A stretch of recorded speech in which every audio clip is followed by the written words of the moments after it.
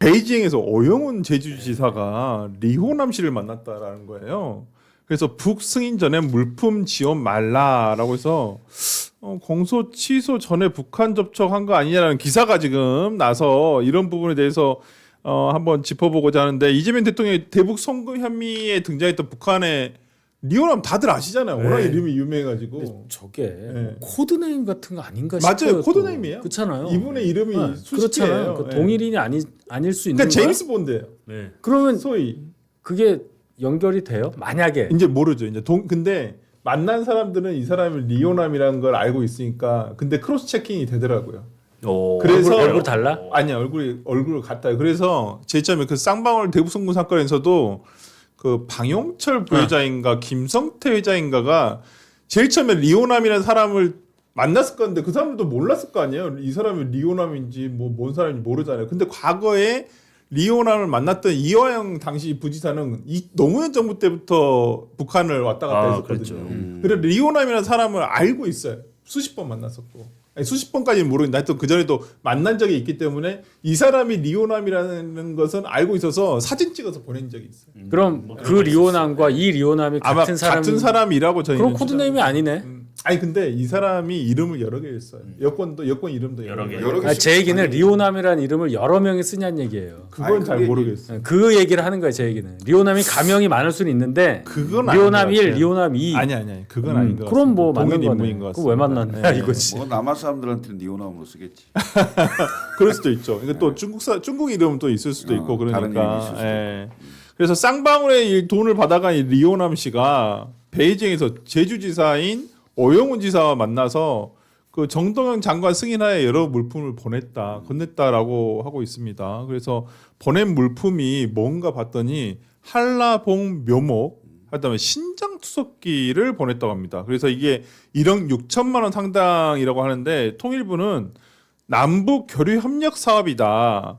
구체적인 사안은 말해줄 수 없다라고 하는 건데 이 뉴스를 지금 조금 더 구체적으로 말씀드리면 이 오영호 제주지사가 지난 2월에 중국 베이징의 젠궈 호텔, 그러니까 북경 건구 호텔 반점이네요, 호텔이네요. 호텔. 예, 거기서 북한의 대남 공장인 리오남을 30분간 만나 교류 협력 사업을 논의하고 기념사진을 찍은 것으로 8일 정해졌다.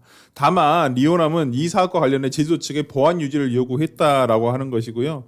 리오남은 오영훈 지사들을 만나서 자기를 유럽 주재 참사관이라고 소개를 했다고 합니다. 그래서 리오남은 다만 오 지사에게 명함을 건네지는 않은 것으로 알려졌고요. 리오남은 또 별도의 북한 정부의 승인이 있기 전까지는 물품 지원 사업 진행 과정을 절대 외부에 알리지 말라고 오영훈 지사 측에 요청했다고 대북 소식통이 전했습니다. 그래서 이 소식통은 북한 측은 중간에 내용이 알려지면 남측과의 협력 사업은 없을 것이라 강조한 것으로 알고 있다라고 돼 있는데 그래서 제주도에서 북한에 보낸 물품이 소나무 제선춘 약, 그다음에 신장 투석기, 한라봉 묘목 50그루, 비닐하우스 시설 1억 6천만 원 상당의 물품이 중국의 다롄항을 거쳐서 지난 5월 4일에 북한 남포항에 도착을 했다고 합니다. 아니 이 뉴스 어떻게 보세요? 되게 좀 민감한 시기인데. 이게 뭘 의미하는 걸까요, 저게? 저는 리호남이란 이름을 보고 조금 제 눈을 의심했어요. 네.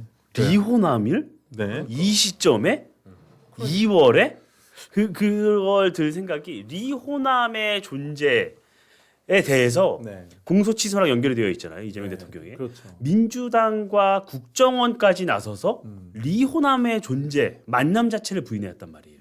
그렇죠. 그랬잖아요. 그러니까 방영철 부회장은 국회에 나와서 리오남 만났다, 김성태가 만났다라고 증언을 했어요. 네. 직접 봤냐? 나는 못 봤는데 네. 김성태가 들어갔고 김성태가 만났다고 나에게 얘기했다. 나는 확실히 들었다. 그날 그 자리에 네. 있었다라고 증언을 했어요. 네. 그런데 민주당과 그 국정원 관련자들은 나와서 리오남은 그때 없었다. 네. 그곳에 없었다라고 네. 주장을 했단 말이에요. 네. 그러니까 리오남과의 만남 자체를 부인해 왔어요. 왜냐하면 리오남과의 만남이 있다는 게 사실이 확인되면 네. 김성태 회장의 주장에 힘이 실리고 북한으로 뭔가 자금이나 물품이 건너갔다는 게 확인이 될 수 있단 말이에요. 네. 그렇게 부인을 해왔단 말이에요. 네. 근데 이 기사가 딱 났어. 그러면 리호남이 진짜 역할을 하는 사람이 맞구나. 아직도 여권 사람들은 북한에 줄을 대고 북한과 뭐를 할 때 리호남을 만나는구나. 아니 그러면 이화영도 그랬겠네.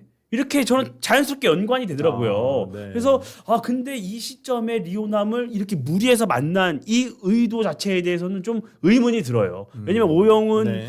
이 지사는 민주당 내부 평가에서 굉장히 하위에 들어가서 굉장히 감점을 많이 당했던 분이란 말이에요. 네. 경선 과정에서. 네. 그리고 대북 사업을 통해서 본인이 얻을 실익이 크지 않단 말이에요. 네. 금액도 작고. 네. 그런데 이게 이분들은 아마 보도가 날지 몰랐을 거예요. 이게 저는 그렇게 생각해요. 보도가 날지 몰랐을 거예요. 왜냐 통일부나 이런 극소수만 이 사업을 알았기 때문에. 네.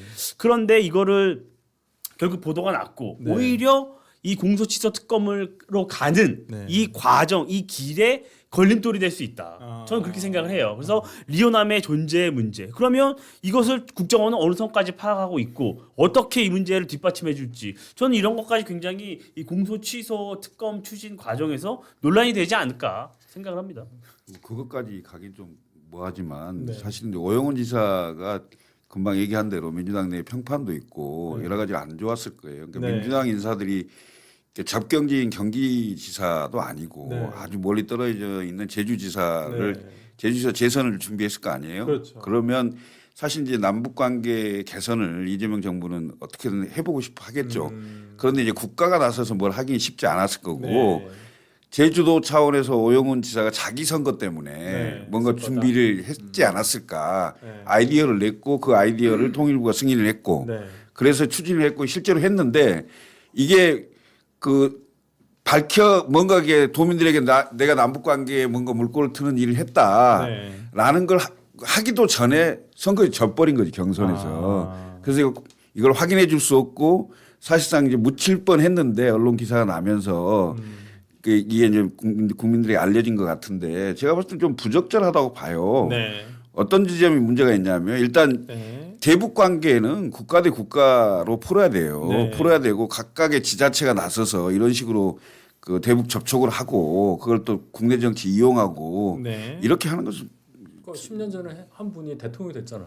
응? 10년 전에 한 분이 대통령이 됐으니까 할만하지. 아니 근데 아마 아니 뭐 이건 리오남 씨는 원래 대남 담당이에요. 이름이 이호남이잖아. 예.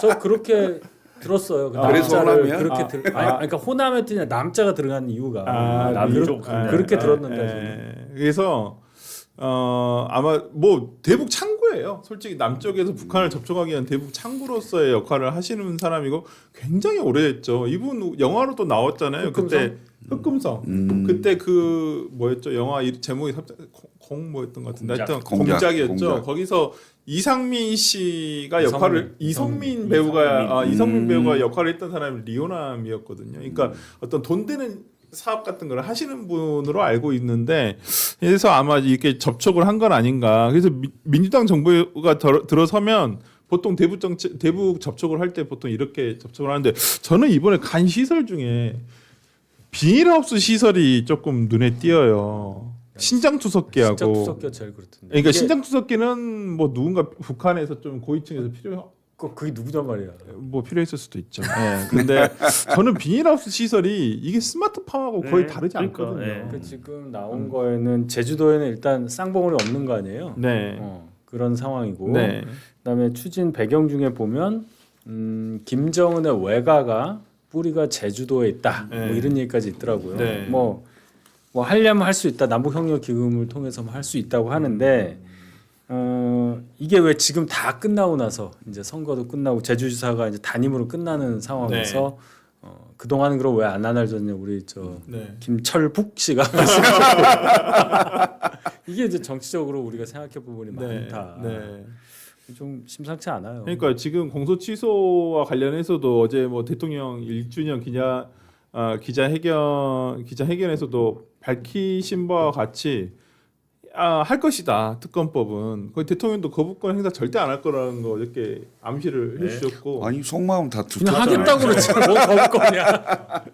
꼭 해야 되는 거지. 네. 오기만 해봐라. 아니 그냥. 그 특검 생기면 설조한 변호사 또 불려가는 거 아니야? 아니 저야 뭐 불려가도 상관없습니다. 저는 아니 이화영의 대변인으로 무조건 변호사로 변호사로 가겠죠. 무조건 예, 부르면 가야죠. 저는 부르면 가는데 저는 상관없습니다. 죄지은 게 하나도 없어서 하여튼 아니, 이게 그렇습니다. 안 보니까 부를 것 같아서 그러지.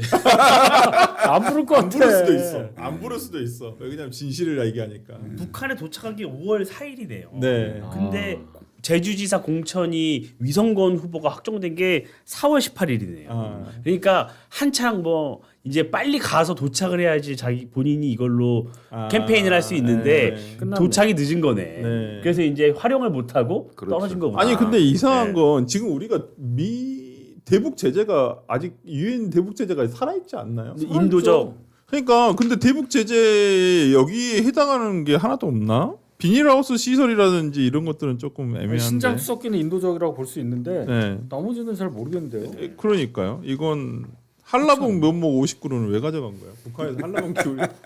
근데 그러면은 이것만 줬을까는 또 의문이 드네요. 그래서. 예, 네, 그죠? 그래서, 왜냐면 합리적 네. 의심을 하면 우리가 800만 달러 중에서도 네.